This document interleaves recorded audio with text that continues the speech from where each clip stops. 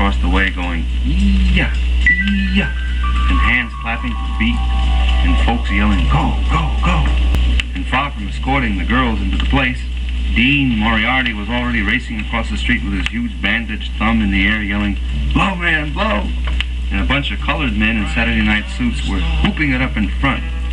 It was a sawdust saloon, all wood, with a small bandstand near the john on which the fellas huddled with their hats on, blowing over people's heads.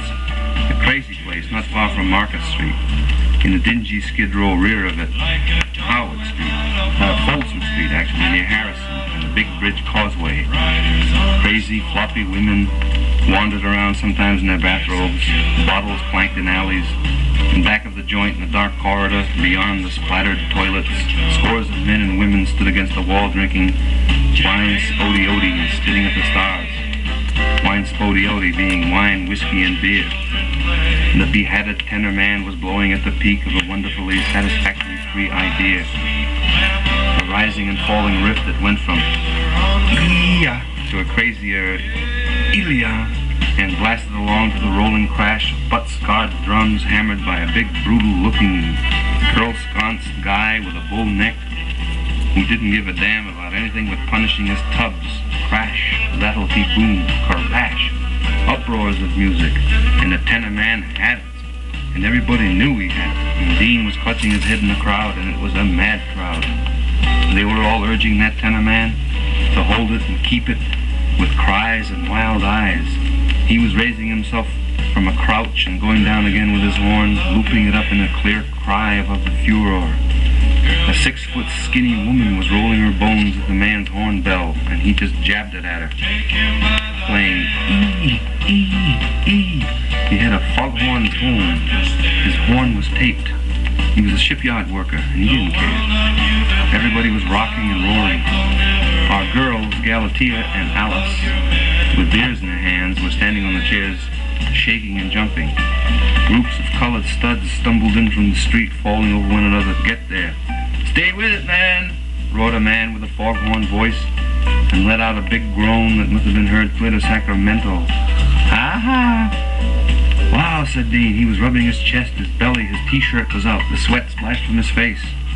Boom, kick. That drummer was kicking his drums down the cellar and rolling the beat upstairs with his murderous sticks. Rattledy boom. Big fat man was jumping on the platform, making it sag and creak. Woo! The pianist was only pounding the keys with spread-eagled fingers, chords only. At intervals when the great tenor man was drawing breath for another blast of phrase, Chinese chords, they shuddered the piano and every timber, chink, and wire. Boing! And the tenor man jumped down from the platform and just stood buried in the crowd, blowing around. His hat was over his eyes. Somebody pushed it back for him. He just hauled back and stamped his foot and blew down a hoarse, bowing blast and drew breath.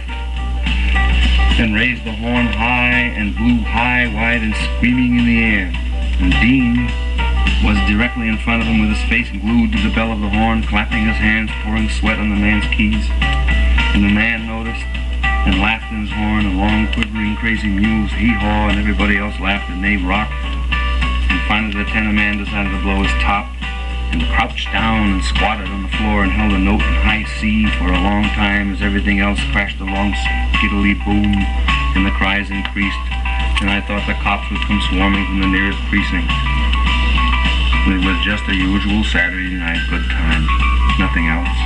The bebop winos were wailing away, the working man tenors, the cats who worked and got their horns out of hock and blew and had their women troubles, and came on in their horns with a will, saying things, a lot to say, talkative horns. You could almost hear the words, and better than that, the harmony. Made you hear the way to fill up blank spaces of time with the tune and very consequence of your hands and breath and dead soul. Summer, August 1949, and Frisco blowing mad. The dew on the muscat in the interior fields of Joaquin, and down in Watsonville the lettuce blowing.